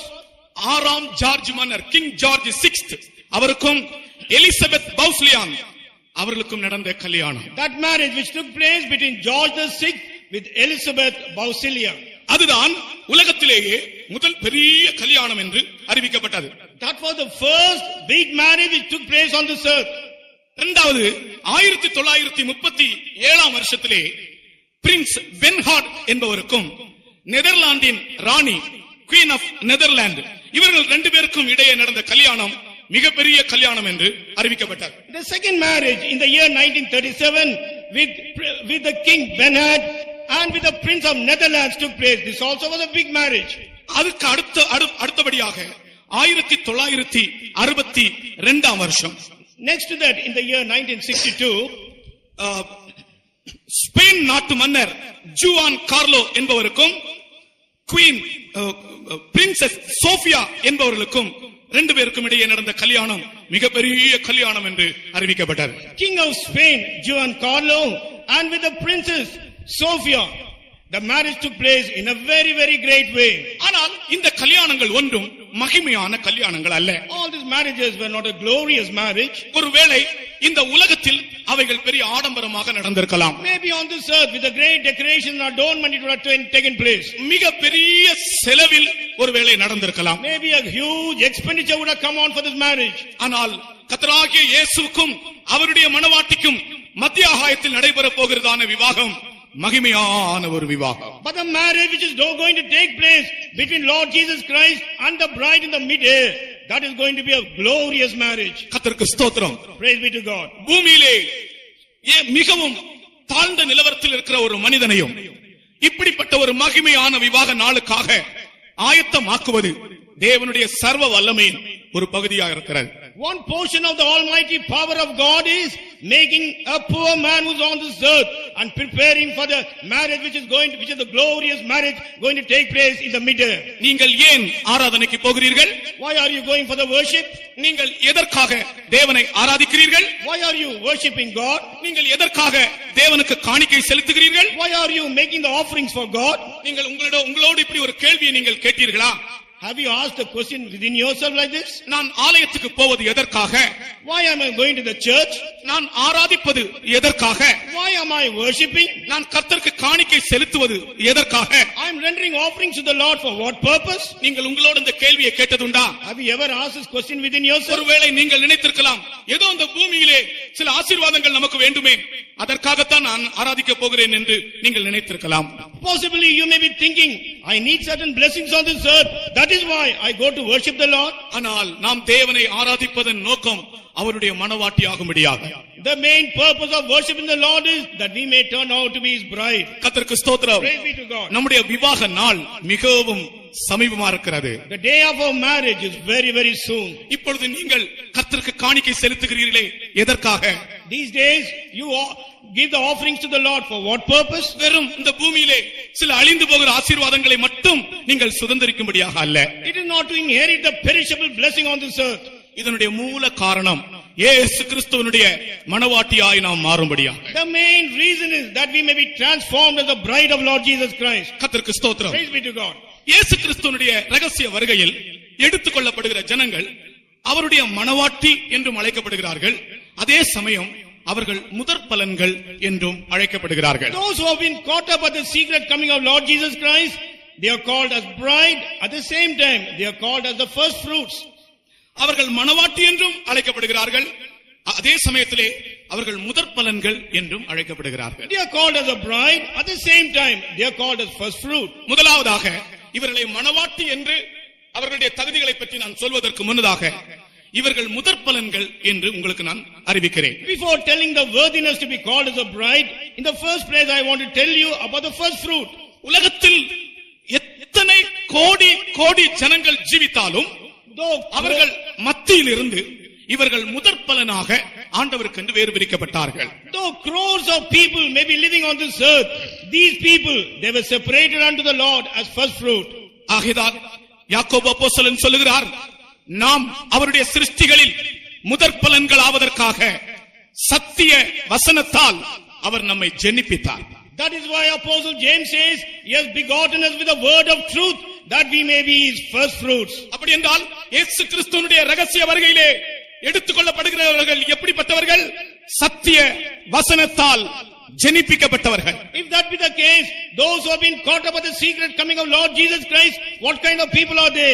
They are begotten with the word of truth. சத்திய வசனத்தை படித்தவர்கள் அல்ல, சத்திய வசனத்தை கேட்டவர்கள் அல்ல, சத்திய வசனத்தை அறிந்தவர்கள் அல்ல, சத்திய வசனத்தால் ஜெனிப்பிக்கப்பட்டவர்கள். Not those who studied or who are learned or who are understood about this word, but those who are begotten by the word of truth. நீ சத்திய வசனத்தை படித்தபடியால் இயேசுவின் ரகசிய வருகைக்கு தகுதி என்று நினைக்காதே. Just because you have studied the word of truth, you don't think that you become worthy to take part in the secret coming of Jesus. Mahatma Gandhi வேத புத்தகம் வாசித்தாராம். Mahatma Gandhi read the Bible. The Autobiography of M.K. Gandhi என்ற ஒரு புத்தகம் இருக்கிறது, நீங்கள் படித்து பாருங்கள். அதில் இருக்கிற மகாத்மா காந்தி பைபிள் வாசித்தாராம். You read the autobiography of Mahatma Gandhi, it is written there, Mahatma Gandhi read the Bible, I believe. ஆதியாகம புத்தகத்தை வாசிக்கும் போது அவருக்கு தூக்கமாக வந்ததாம். When he was reading the book of Genesis, he was falling asleep. உபாகம புஸ்தகத்தை வாசித்த போது அவருக்கு வெறுப்பாக இருந்ததாம். When he was reading the book of Deuteronomy, it was a hatred unto him. இயேசுவின் மலை பிரசங்கத்தை வாசித்த போது கொஞ்சம் விருப்பமாக இருந்ததா. When he was reading the mountain on sermon of Jesus, it was a little bit joyful to read that. வேத வசனத்தை வாசிக்கும் போது தெய்வத்தினுடைய மனதை, நோக்கத்தை, ஆசீர்வாதத்தை வசனத்தில் காணும்படியாக வாசித்தால் தூக்கம் வருமா? When you read the word of God, if you read with the intention to know the mind of God, will you fall asleep? அவர்கள் அறிவுக்காக படித்தார்கள். அறிவை வளர்த்துக் கொள்ளும்படி மற்ற புஸ்தகங்களை படித்தது போல வேத புஸ்தகத்தையும் படித்தார்கள். ஆகையால் தான் ஆதியாகம புஸ்தகத்தை படிக்கும் போது தூக்கம் வந்தது. As they are reading other books, even they read the Bible so that the knowledge may increase. Because of that only, when he was reading the book of Genesis, he was falling asleep. என்னுடைய அனுபவத்தை சொல்லுகிறேன். I will tell you my experience. ஆதியாகமத்தை வாசிக்கும் போது எனக்கு அழுகை வரும். When I used to read the book of Genesis, I used to cry. ஆண்டவருடைய சிருஷ்டிப்பின் வல்லமை, the power of the creation of God, ஆண்டவருடைய வார்த்தையின் வல்லமை, the power of the word of God. இதெல்லாம் படிக்கும் போது இருதயம் தாங்காமல் எத்தனையோ முறை ஆதியாகமத்தை வாசிக்கும் போது நான் அழுது இருக்கிறேன். Not able to bear all these things. When I used to read the book of Genesis, I used to cry. கர்த்தருக்கு ஸ்தோத்திரம். Praise be to God. உபாகமத்தை வாசிக்கும் போது வெறுப்பு ஏற்படவில்லை. Beloved people, reading the book of Deuteronomy, hatred used to come to him. நம்முடைய ஆவிக்குரிய ஜீவியத்திலே வாழ வைக்கக்கூடிய எத்தனை வார்த்தைகள், வசனங்கள், வாக்குத்தத்தங்கள் அவைகள் அடங்கி இருக்கிறது. So many words and promises are there in order to make us to live in our life. ஆகையால் வேதத்தை, வசனத்தை வாசித்தவர்கள் அல்ல, வசனத்தை கேட்டவர்களும் அல்ல, வசனத்தை அறிந்தவர்களும் அல்ல, வசனத்தை பேசினவர்களும் அல்ல, வசனத்தால் ஜனிப்பிக்கப்பட்டவர்கள் தான் முதற் பலன்கள். Not those who read the word, not who listened to the word, not who spoke the word, not who understood the word, but those who are begotten by this word. வசனம் ஒரு மனுஷனை ஜனிப்பிக்கிறது. The word begets a man. நான் என்று சொன்னேனே, பால் கடம்பவனம் என்று ஒரு ஆளுடைய சரித்திரத்தை தமிழ்நாட்டில் எல்லாருக்கும் தெரிந்த ஒரு ஆள் தான் திரு பால் கடம்பவனம் அவர்கள். அவருடைய விக்கிரக வணக்கத்திலே அவருக்கு சலிப்பு ஏற்பட்டு கிறிஸ்தவர்கள் எப்படி ஆராதிக்கிறார்கள் என்று பார்க்கும்படி ஒரு ஆராதனை ஸ்தலத்தில் ஓலை குடிசைதான் ஆராதனை பண்ணுகிற இடத்திலே பின் பக்கத்திலே போய் மறைந்து நின்று அவர்கள் எப்படி ஆராதிக்கிறார்கள் என்று கேட்டுக்கொண்டே நின்றார். Paul Kadambavanam is from the Tamil Nadu only. He got fed up of his life. In order to find out how the Christians are worshipping, they were worshipping under a thatched roof, but he never entered inside. He was standing in one corner and he was observing that. கிறிஸ்தவர்கள் எப்படி ஆராதிக்கிறார்கள் என்று பார்க்கும்படியாக அவர்கள் ஆராதிக்கிற இடத்திலே ஒரு ஓலை shed தான். பின்னாலே போய் ஒளித்து நின்று அவர்கள் ஆராதிக்கிறதை கேட்டுக்கொண்டிருந்தார். In order to observe how the Christians are worshipping the Lord, they were worshipping under a thatched roof, but he was standing outside in a corner and he was observing them as to how they are worshipping. அங்கே அந்த போதகர் எழும்பி நின்று ஒரு வசனத்தை வாசித்தார். That preacher got up and he read a word. ஆதியாகமத்திலிருந்து அந்த போதகர் வசனத்தை வாசித்தார். என்ன வசனம் தெரியுமா? கர்த்தரால் ஆசீர்வதிக்கப்பட்டவரே உள்ளே வாரும், நீர் வெளியே நிற்பானே. You know, from the book of Genesis, he read a word. You know what is that verse? You blessed, the man who is blessed by the Lord, why are you standing outside? Come in thou. திரும்பவும் சொன்னார். அந்த வசனத்தை திரும்ப வாசித்தார். கர்த்தரால் ஆசீர்வதிக்கப்பட்டவரே உள்ளே வாரும், நீர் வெளியே நிற்பானேன். Again he read the word, blessed be thou of the Lord, why are you standing outside? Come in. திரு பால் கடம்பவனம் அவருடைய இருதயம் மாறியது. That Paul Kadambavan's heart got changed. அந்த இடத்திலேயே கழுத்தில் இருந்த ருத்ராட்ச மாலையை அறுத்து எறிந்தார். Right from the place where he was standing, the rudraksha mala what he was wearing, he removed it and threw it out. அன்றே அவருடைய இரட்சிப்பின் நாள். That was the day of his salvation. கர்த்தருடைய வசனம் ஒரு மனுஷனை பிறப்பிக்கிறது. The word of God begets a man. கர்த்தருடைய வசனத்தை நீங்கள் படித்தால் போதாது, கேட்டால் போதாது, அறிந்தால் போதாது, வசனம் நம்மை பிறப்பிக்க வேண்டும். It is not sufficient if you learn the word of God, hear the word of God and read the word of God. The word of God must beget us. நாம் அவருடைய சிருஷ்டிகளில் முதற் பலன்களாவதற்காக சத்திய வசனத்தால் அவர் நம்மை ஜனிப்பித்தார். He has begotten us by the word of truth, that we may be the first fruits of his creature. அது ஒரு நாளுடைய அனுபவம் அல்ல, ஒரு வாரத்தினுடைய அனுபவம் அல்ல, நம்முடைய மரண பரியந்தம் நமக்குள்ளே தேவனுடைய நோக்கம் நிறைவேறும் வரைக்கும் அந்த பிறப்பு நமக்குள் நடந்து கொண்டே இருக்கும். This is not one day's experience or 1 month's experience. Till the birth or the transformation of God to take place in our life, till our death, it will continue to take place. கர்த்தருக்கு ஸ்தோத்திரம். Praise be to God. ஆகையால் ஆண்டவருடைய வசனங்கள் உங்களை பிறப்பிக்கட்டும். ஆண்டவருடைய வசனங்களால் நீங்கள் பிறந்தவர்களாய் மாறுங்கள். தேவனால் பிறந்தவன் பாவம் செய்யான். Let the word of God beget you. Let the word of God quicken you. He that is born of the word of God will not commit sin. ஒரு ஊழியக்கார சகோதரி ஊழியத்திற்கு எடுக்கப்பட்டு வீட்டிலே கூட்டம் வைத்து அவர்கள் வெளியே வருகிறார்கள். அப்பொழுது அவருடைய அம்மா அதனுடைய கையை பிடித்து ஒரு வசனம் சொன்னார்கள். எனக்கு அது இப்பொழுது என்னுடைய செவியில துணித்துக் கொண்டே இருக்கிறது. கூட்டம் எல்லாம் முடிந்து நல்ல கிராண்டா இருந்தது மீட்டிங். எல்லாரும் புறப்பட்டு சிலர் அழுகிறார்கள், சிலர் சந்தோஷமா இருக்கிறார்கள். இவர்கள் புறப்பட்டு வெளியே வரும்போது அவனுடைய அம்மா அவளுடைய கையை பிடித்து ஒரு வசனம் சொன்னார்கள். தேவனால் பிறந்தவன் பாவம் செய்யான். Worker sister, she was taken for the ministry. Before she could come and join the ministry, a meeting was kept in her house. After the grand meeting, when she was coming out along with the servants of God, the mother of the sister, what she said to her, it comes to my remembrance. He that is born of God will not commit sin. இயேசு கிறிஸ்துவுக்கு ஒரு மணவாட்டி உருவானது எப்படி? அவள் வசனத்தால் பிறந்தவள், தேவனால் பிறந்தவள். How the bride of Christ will be formed? She is born of the word of God, born of God. உங்களில் எத்தனை பேருக்குள்ளே தேவனுடைய வசனம் ஒரு பிறப்பை ஏற்படுத்திக் கொண்டிருக்கிறது? How many of you the birth according to the word of God is formed? அப்படிப்பட்ட ஒரு அனுபவம் கிறிஸ்தவ ஜீவியத்தில், விசுவாச ஜீவியத்தில் நமக்கு உண்டு என்பதை இன்றைக்கு நான் உறுதிப்படுத்துகிறேன். Today I am making it sure that kind of experience is possible in our Christian life. கர்த்தருக்கு ஸ்தோத்திரம். Praise be to God. அடுத்து இந்த முதற் பலனை பற்றி ஒரு வார்த்தை கூட சொல்கிறேன். Next to that, about the first fruit, I'll tell you one more thing. பழைய ஏற்பாட்டிலே இந்த முதற் பலனை பற்றி ஒரு சத்தியம் உண்டு. There is a truth about the first fruit in the Old Testament period. லேவியராகமம் 23ஆம் அதிகாரத்திலே அந்த முதற் பலனாகிய 2 அப்பங்கள் எப்படி உண்டாக்கப்பட்டதாம்? 10ல் 2 பங்கு மெல்லிய மாவினால் புளிப்பாக செய்யப்பட்ட அப்பங்கள். It is mentioned in Numbers 23rd chapter, how the first fruits, that is the bread was formed. It was made of 2 deals of fine flour which has been leavened. பழைய ஏற்பாட்டிலே லேவியராகமம் 23ஆம் அதிகாரத்தை வாசியுங்கள். Read Numbers, Leviticus 23rd chapter. 17ஆம் வசனத்திலே 17th verse. நீங்கள் ஒரு மரக்காலிலே 10ல் 2 பங்கு மெல்லிய மாவிலே புளிப்பாக பாகம் பண்ணப்பட்ட போதும் இங்கிலீஷ்ல படிங்க. You shall bring out of your habitations 2 wave loaves of 2/10 deals. 10ல் 2 பங்கு மெல்லிய மாவினால் புளிப்பாக பாகம் பண்ணப்பட்ட அப்பங்கள், 2 அப்பங்கள்.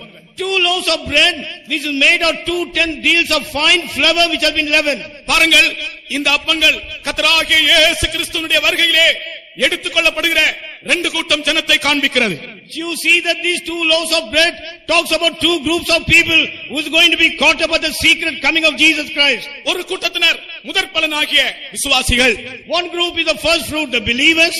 இன்னொரு அப்பம் முதற் பலன்களில் முதற் பலனாகிய ஊழியக்காரர்கள். And the second, that is the loaf, is the first fruits. Among the first fruits were the servants of God. இவர்கள் எப்படி செய்யப்பட்ட இந்த அப்பங்கள் எப்படி செய்யப்பட்டதாம்? How these loaves were made? 10ல் 2 பங்கு மெல்லிய மாவினால் புளிப்பாக செய்யப்பட்டது. 2/10 deals of fine flour which is leavened. கர்த்தருக்கு ஸ்தோத்திரம். Praise be to God. தேவனுடைய அன்பின் பிரமாணத்தால் உருவாக்கப்பட்ட ஜனங்கள்.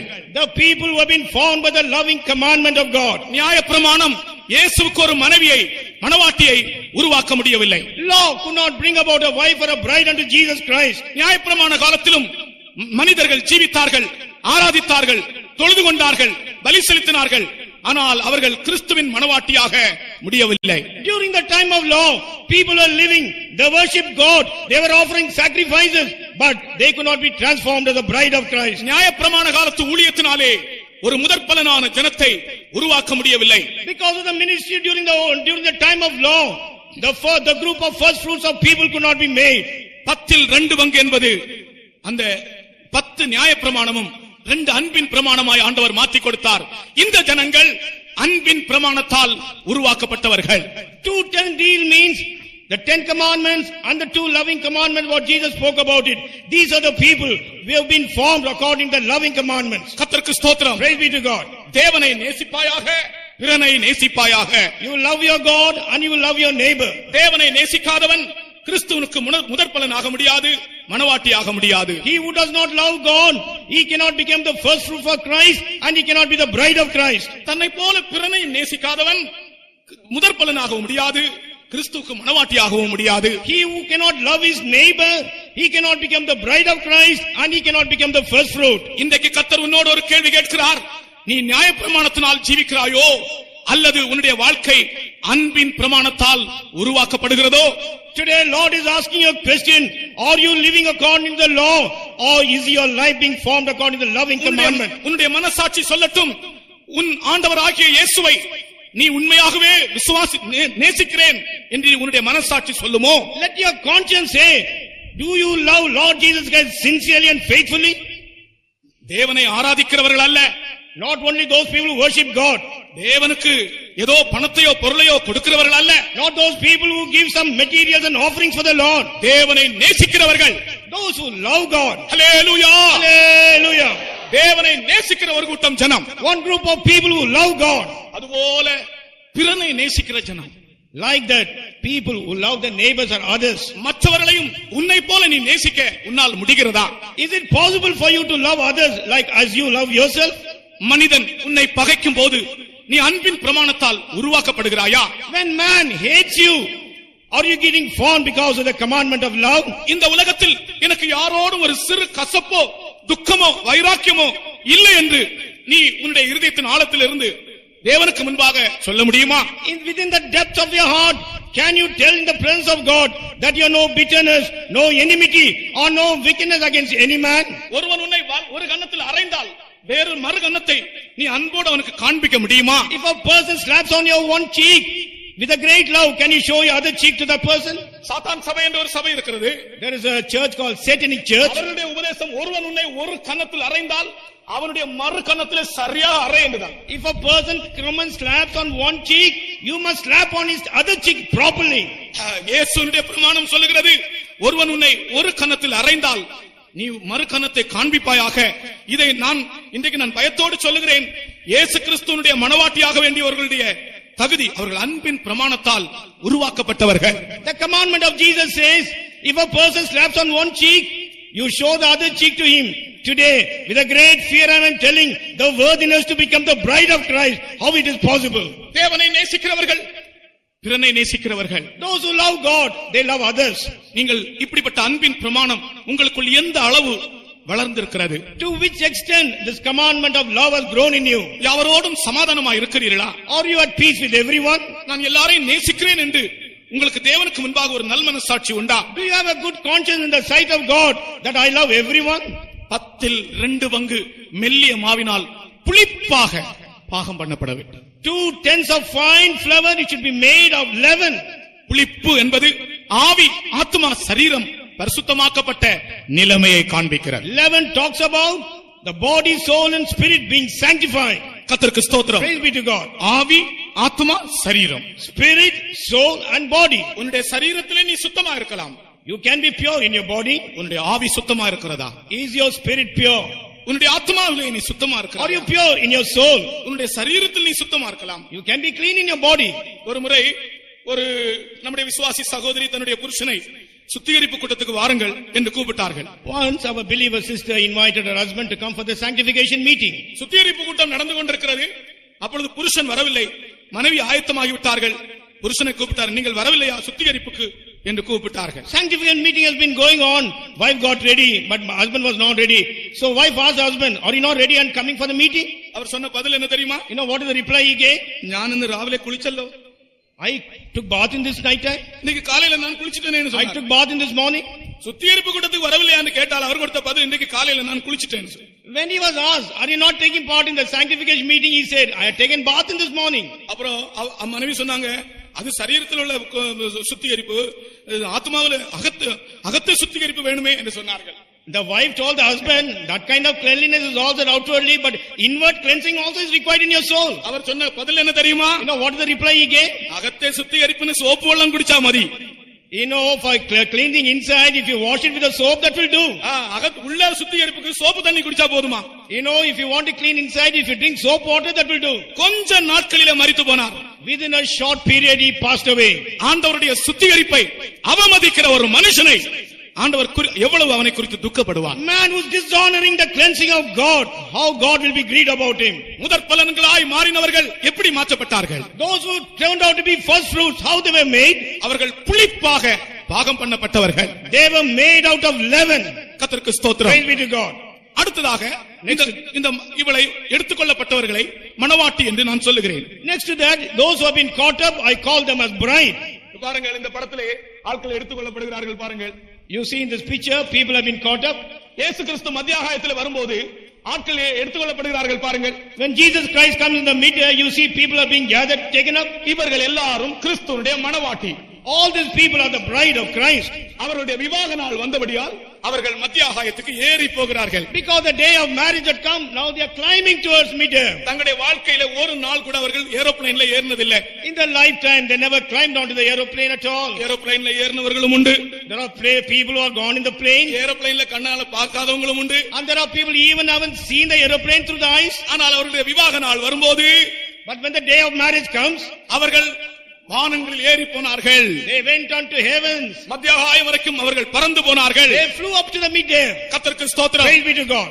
இவர்கள் எப்படி மணவாட்டியாக்கப்பட்டார்கள் என்றுதான் ஓசியாவிலே நாம் வாசித்தோம். In the book of Hosea we just now read how these people became bride. இவர்களுடைய தகுதிகளை பற்றி, இவர்கள் எப்படி கிறிஸ்துவினுடைய மணவாட்டியாக்கப்படுகிறார்கள் என்று நான் எல்லாவற்றையும் இன்றைக்கு சொல்ல முடியாது.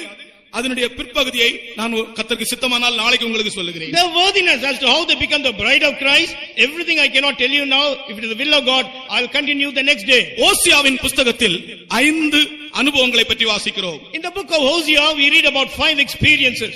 இவர்களை தேவன் தனக்கு மணவாட்டி ஆக்குவேன் என்று சொல்வது 5 அனுபவங்கள் மூலமாக. God telling that I will make these people as my bride, it is only through 5 experiences. ஒன்று நீதி, one is righteousness, இன்னொன்று நியாயம், the other one is judgment, இன்னொன்று இரக்கம், the other one is loving kindness, இன்னொன்று கிருபை, and mercies, இன்னொன்று உண்மை, and faithfulness. இந்த 5 அனுபவங்கள் மூலமாக உன்னை நான் எனக்கு நியமித்துக் கொள்வேன் என்று சொன்னார். And he said through these 5 experiences I will betroth thee unto myself. இப்ப வாசிங்க அந்த வசனத்தை. ஓசியா 2. நித்திய விவாகத்துக்கென்று உன்னை எனக்கு நியமித்துக் கொள்வேன். உன்னை எனக்கு நியமித்துக் கொள்வேன். நீதியும் நியாயமும் கிருபையும் உருக்க இரக்கமுமாய் உன்னை எனக்கு நியமித்துக் கொள்வேன்.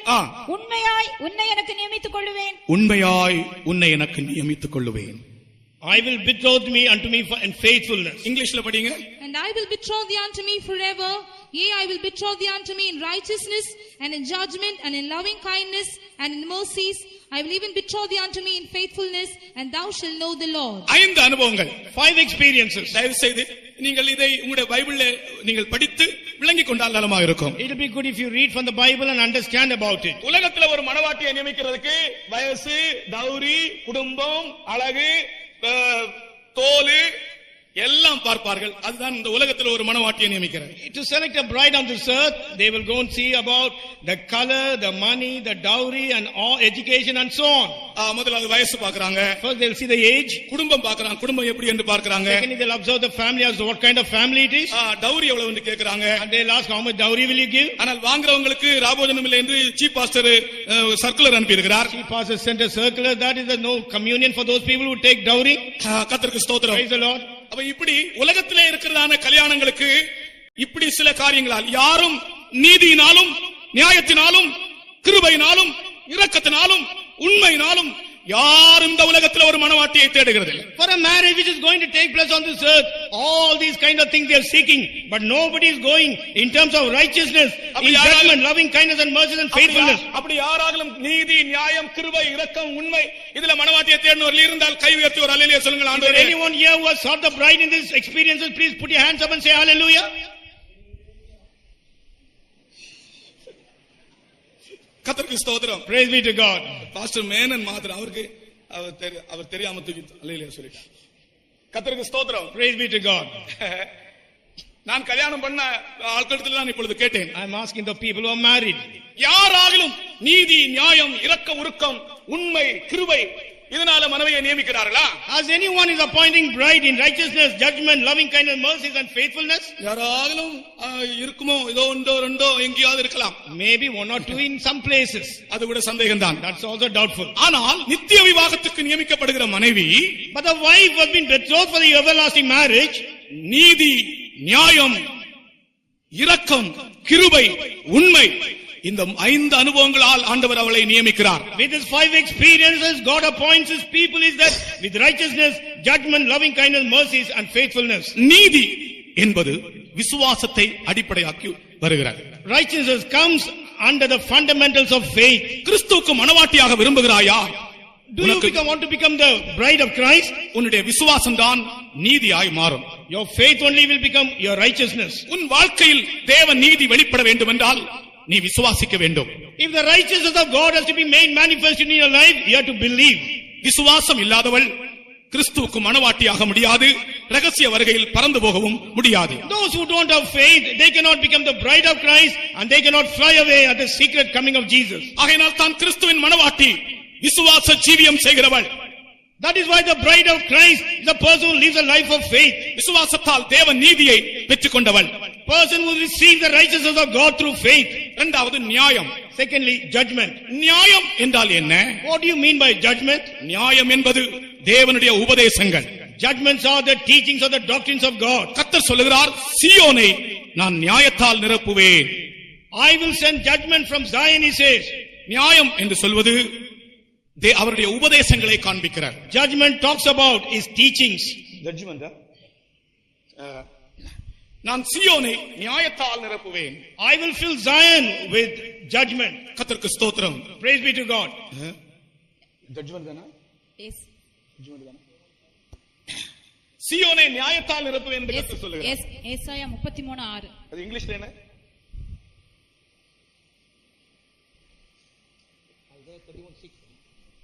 And wisdom and knowledge shall be the stability of thy times, and strength of salvation, and the fear of the Lord is his treasure. நான் சீயோனை நியாயத்தால் நிரப்புவேன். He hath filled Zion with judgment and righteousness. கர்த்தருக்கு ஸ்தோத்திரம். Praise be to God. அந்த நியாயம் என்று சொல்லுகிறது தேவனுடைய உபதேசங்களை காண்பிக்கிறது. Judgment talks about the teachings of the doctrines of God. அவருடைய உபதேசங்கள் தான் அவர் நியாயமாய் வெளிப்படுத்துகிறார். Only his teachings he reveals as judgment. கர்த்தருக்கு ஸ்தோத்திரம். Praise be to God. நீங்கள் ஆழமாய் சிந்தித்தால் தேவனுடைய உபதேசங்கள் தான் நியாயம். If you ponder it in a deep way, the judgment of God or his teaching. ஆகையால் கிறிஸ்துவுக்கு மனவாட்டியாக விரும்புகிறவர்கள் அவருடைய உபதேசத்தை அறிந்து உபதேசத்தின்படி வாழ்ந்தவர்களாக இருப்பார்கள். Those who want to become the bride of Christ, understanding his teachings, they will be living according to the teaching. கர்த்தருக்கு ஸ்தோத்திரம். Praise be to God. உலகத்திலே எத்தனையோ நியாயங்கள் இருக்கிறது, ஆனால் தேவனுடைய நியாயம் எல்லா உலக நியாயங்களுக்கும் மேலானது. There are many judgments on this earth, but the judgment of God is far above all other judgments. இங்கே பாருங்கள், தேவன் தன்னுடைய நியாயத்தை எழுதி கொடுக்கிறார். இந்த படத்திலே பாருங்கள், தேவன் தன்னுடைய நியாயங்களை, தன்னுடைய சட்ட திட்டங்களை மோசேக்கு மலையில் எழுதி கொடுப்பதை பாருங்கள். You see Lord writing the judgments or his commandments and giving unto Moses. இஸ்ரவேல் ஜனங்கள் சூழ்ந்து கீழே நிற்கிறார்கள். மலையிலே அக்கினி எரிகிறது. அக்கினி பிரமாணங்களை மலையில் அக்கினி எரியும் போது தேவன் வெளிப்படுத்தி கொடுத்தாரே இஸ்ரவேல் ஜனங்களுக்கு கொடுத்த பிரமாணங்கள். The people of Israel are standing in the bottom of the mount, on top of the mount amidst the fire. God wrote down the commandments and gave it into the hands of Moses. கர்த்தருக்கு ஸ்தோத்திரம். Praise be to God. இந்த நியாயங்கள், இந்த சட்ட திட்டங்கள் தேவனே எழுதி கொடுத்தவைகள். These judgments or the commandments and statutes God himself wrote and gave. ஆகையினால் தான் நாம் உபதேசத்தின்படி ஜீவிக்க வேண்டும், கிறிஸ்துவனுடைய மனவாட்டியாக வேண்டும் என்றால். For us to become the bride of Christ, we have to live according to the teachings. அடுத்தது மூன்றாவது, இரக்கத்தினால் நான் உன்னை ஏற்படுத்திக் கொள்வேன். Thirdly, I will betroth thee in loving kindness. தேவனுடைய இரக்கம் யாருக்கு உண்டாகும்? The loving kindness to whom it will come? கர்த்தருடைய வசனம் சொல்லுகிறது, தகப்பன் பிள்ளைக்கு இறங்குவது போல கர்த்தர் தமக்கு பயந்தவர்களுக்கு இறங்குகிறார். As a father who is merciful unto his son, those who fear God, God has mercy towards them. தகப்பன் பிள்ளைக்கு இறங்குவது போல தேவனுடைய இரக்கங்கள் அவருக்கு பயந்தவர்களுக்கு உண்டாகிறது. As a father shows compassion unto his son, those who fear God, his mercies comes around them. உன்னுடைய இருதயத்தில் தெய்வ பயம் இருந்தால் தேவனுடைய சமூகத்தில் நீ இரக்கம் பெறுவாய். If you have the fear of God, in the presence of God, you will receive His mercies. கர்த்தருக்கு ஸ்தோத்திரம். Praise be to God. தேவனுக்கு பயப்படுகிற யாவருக்கும் தேவன் இரக்கம் செய்கிறவராய் இருக்கிறார். For all those people who fear God, God shows mercy unto them. Abraham தேவனுக்கு பயந்தபோது அவனுக்கு தேவனுடைய இரக்கங்களை கண்டான். Abraham, when feared God, he saw the mercies of God. அவன் எப்படி தேவனுக்கு பயந்தான் பாருங்கள். You see how he feared God?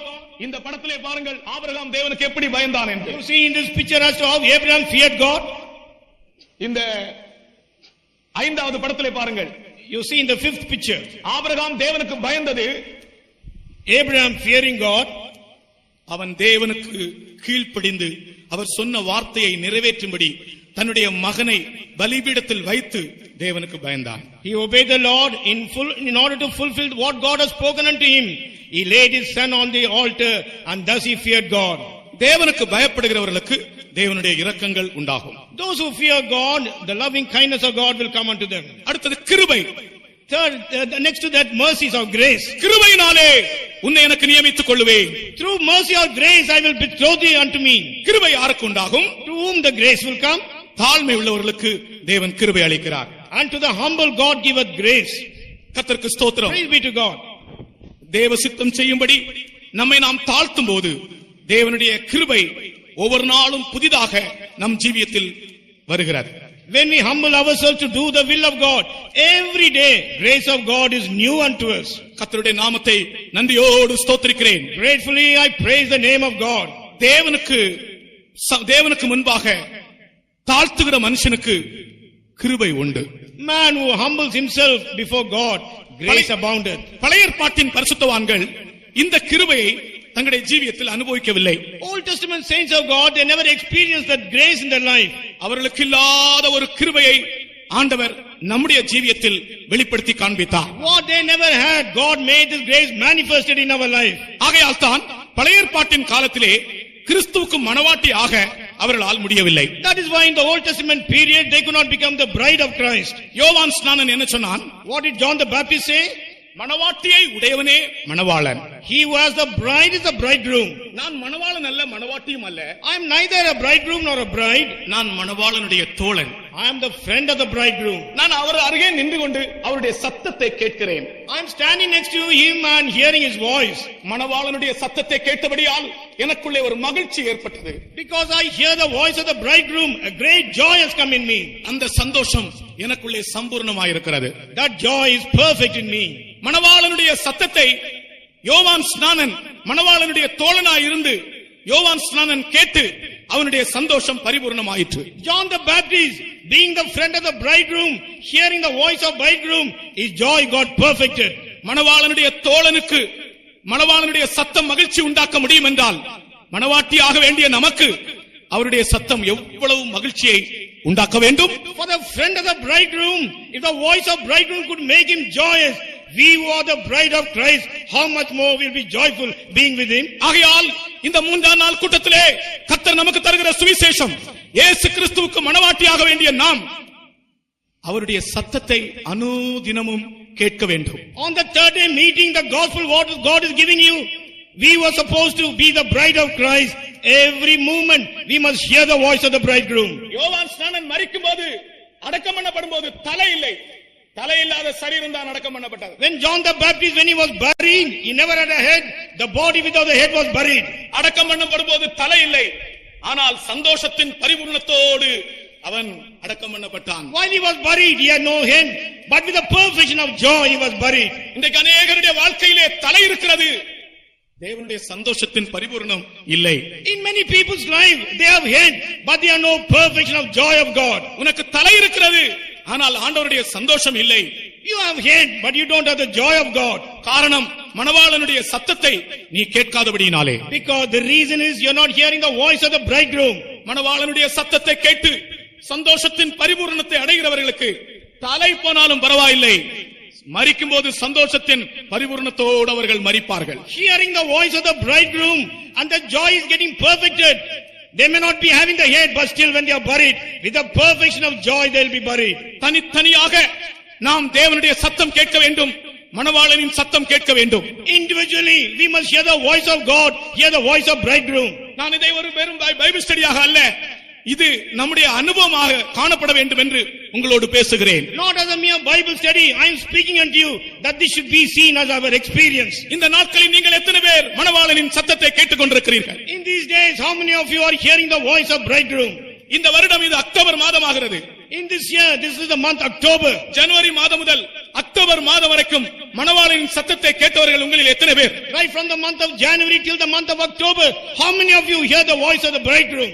ஆண்டவராகிய இயேசுவின் சத்தத்தை தனிப்பட்ட முறையிலே அவருடைய மெல்லிய சத்தத்தை நீங்கள் எத்தனை பேர் திட்டவட்டமாக கேட்டிருக்கிறீர்கள்? How many of you heard the shrill voice of God individually in your personal life? பழைய ஏற்பாட்டில் பரிசுத்தவனாயிருந்த யோவான் மணவாளனுடைய தோழன், அவன் மணவாளனுடைய சத்தத்தை கேட்டு மகிழ்ச்சியின் பரிபூரணம் அடைந்தான். Old Testament saint of God, John the Baptist, who was a friend of the bridegroom, hearing the voice of bridegroom, he was filled with joy. மணவாட்டியாக வேண்டிய நீயோ மணவாளனின் சத்தத்தை கேட்கவும் இல்லை, மகிழ்ச்சியின் பூரணம் அடையவும் இல்லை. You are going to be the bride of Christ, neither have you heard the voice of the bridegroom, nor your joy is perfected. இந்த வருஷத்தில் உங்களோடு கர்த்தர் பேசினார் என்று உங்களுக்கு எத்தனை பேருக்கு சொல்ல முடியும்? How many can you say that in this year Lord has spoken to you? 276 பேர் என்று நினைக்கிறேன் கப்பலிலே பிரயாணம் பண்ணினவர்கள். அப்போஸ்தலனாகிய பவுலோடு கூட மொத்தம் 276 பேர் என்று நினைக்கிறேன். I think approximately 276 people sailed with St. Paul. 275 பேரும் ஆண்டவருடைய சத்தம் கேட்கவில்லை. பவுல் மாத்திரம் ராத்திரியிலே ஆண்டவருடைய சத்தம் கேட்டான். 275 people, they never heard the voice of God. Only St. Paul in the midnight, he heard the voice of God. உன்னுடைய வீட்டிலே 5 பேர் நீங்கள் இருக்கலாம். Maybe 5 are in your family. 5 பேரும் உறங்குற வேளையிலே ஆண்டவர் உன்னோடு பேசுகிற சத்தம் நீ கேட்கிறாயோ? Maybe 5 are sleeping, but while they are sleeping, are you hearing alone the voice of God? கர்த்தருக்கு ஸ்தோத்திரம். Praise be to God. இந்த வசனத்தை கேட்கிறவர்களே, இது கர்த்தர் உங்களுக்கு கொடுக்கிறதான வார்த்தை. நீங்கள் மணவாட்டியாக வேண்டும் என்றால், உங்கள் சந்தோஷம் பூரணமடைய வேண்டும் என்றால், நீங்கள் மணவாளனுடைய சத்தம் கேட்கத்தான் வேண்டும். Those who are hearing the word, you want to become the bride of Christ, definitely you have to hear the voice of the bridegroom and your joy should be perfected. வெறும் ஆராதனை போதாது. Mere worship will not do. தசமபாகம் கொடுப்பது போதாது. It is not sufficient merely paying tithes. நீ கர்த்தருக்காக பாடுபடுகிறாயே, அது போதாது. Suffering for God, it is not enough. உனக்குள் மணவாட்டிக்குரிய சந்தோஷம் பூரணமாக வேண்டும் என்றால், நீ மணவாளனின் சத்தத்தை நீ கவனமாய் கேட்க வேண்டும். Within you, if the joy of the bride has to be perfected, very carefully you must hear the voice of bridegroom. நான் அதை விரும்புகிறேன். I desire that. மணவாளனுடைய சத்தம் கேட்கும்போது என்னுடைய உள்ளத்திலே ஒரு பெரிய பரவசமும் சந்தோஷமும் தைரியமும் நம்பிக்கையும் சுத்திகரிப்பும் உண்டாகிறது. When I hear the voice of the bridegroom, I am terribly taken up. A great cleansing and sanctification takes place within my. நீங்கள் இந்த வார்த்தையை உண்மையாக ஏற்றுக்கொண்டால் இந்த ராத்திரியிலே உங்களுடைய மணவாளனின் சத்தத்தை நீங்கள் கேட்க போகிறீர்கள். Faithfully, if you accept this word, this very night you are going to hear the voice of the bridegroom. நேற்றைக்கு பேசினது போல கர்த்தர் ராத்திரியிலே என்னோடு பேசினார் என்னுடைய மணவாளன் என்று நாளைக்கு நீங்கள் என்னிடத்தில் வந்து சொல்வீர்கள். As you spoke today, you will come and tell me tomorrow, Lord, bridegroom spoke to me this night. இந்த ராத்திரியிலே கர்த்தர் உங்களோடு பேசும்படி நீங்கள் ஆண்டவருக்கு காத்திருங்கள். This night you wait upon the Lord for Lord to speak to you. மணவாளனின் சத்தம் கேட்டபோது யோவான் ஸ்நானனின் சந்தோஷம் பூர்ணமாயிற்று. When John the Baptist heard the voice of the bridegroom, his joy got perfected. அவன் நாம் மணவாட்டியா இருக்கிறோமே, நம்முடைய சந்தோஷம் எவ்வளவு அதிகமாய் அடைய வேண்டும். We are as a bride, how much our joy should get perfected. நான் கிருபையால் உன்னை எனக்கு நியமித்துக் கொள்வேன். In mercy or grace I have betrothed thee. நம்மை தாழ்த்தும் போது தேவனுடைய கிருபை அதிகமாய் நமக்குள் வருகிறது. When we humble ourselves, the grace of God comes more and more in us. தாழ்த்த தேவனோடு ஒரு ஐக்கியமும் தேவனுடைய சத்தத்தை கேட்கிற ஒரு அனுபவமும் நம்முடைய வாழ்க்கையில் ஏற்படுகிறது. As we continue to humble ourselves, we get a close fellowship with God and we are able to hear the voice of God. ஐந்தாவது அனுபவம் உண்மை. The fifth experience is the faithfulness. உண்மையாய் நான் எனக்கு நியமித்துக் கொள்வேன். I will betroth thee unto me in faithfulness. கர்த்தர் யாருக்கு உண்மை உள்ளவனா இருப்பார்? Unto whom Lord will be faithful? உண்மை உள்ளவனுக்கு உண்மை.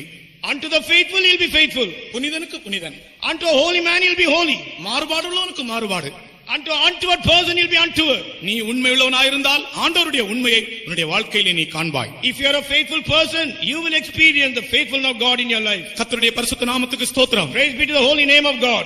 ரகசிய வருகையின் நாளிலே In the day of his secret coming, மத்தியாகாயத்தில் மணவாளனாகிய இயேசு வரும்போது, in the midday when the bridegroom Jesus appears, மணவாட்டியாக ஆயத்தமாக இருக்கிறவர்கள் மத்தியாகாயத்திலே எடுத்துக் கொள்ளப்படுவார்கள். those who have been prepared as a bride, they will be caught up in the midday.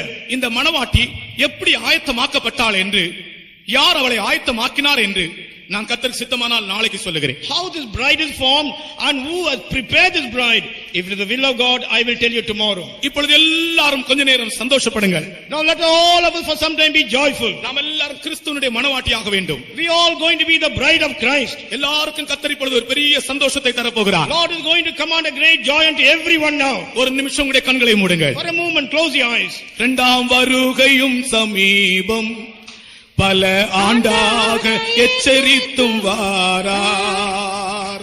இரண்டாம் வருகை சமீபம், பல ஆண்டாக எச்சரித்தும் வாரார். ஆண்டாம் இதிலேயே சுகந்தால் நாம் ஆயத்தமாக இருக்கவே.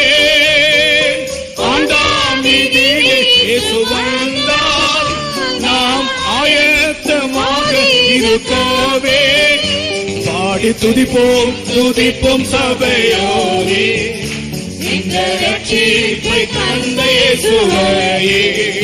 பாடி துதிப்போம் துதிப்போம் சபையோரே, இந்த ரட்சிப்பை தந்த இயேசுவையே. இரண்டாம் வருகையும் எல்லாரும் பாருங்கள், எல்லாரும் பாருங்கள், பெரிய சந்தோஷப்படுங்கள்.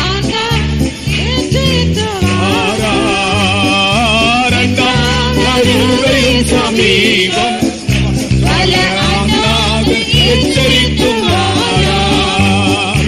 ஆண்டாம் இதிலே சுகந்தால் நாம் ஆயத்தமாக இருக்கவே. ஆண்டாம் இதிலே சுகந்தால் நாம் ஆயத்தமாக இருக்கவே. இரண்டாம் வருகை சமீபம், ஆண்டாக எச்சரித்து வாரார். இரண்டாம் வருகை சமீபம், எல்லாரும் சந்தோஷப்படுங்கள் கர்த்தர் சமூகத்திலே. ஆண்டாக எச்சரித்து வாரார். ஆண்டாம் இதிலே சுகந்தால்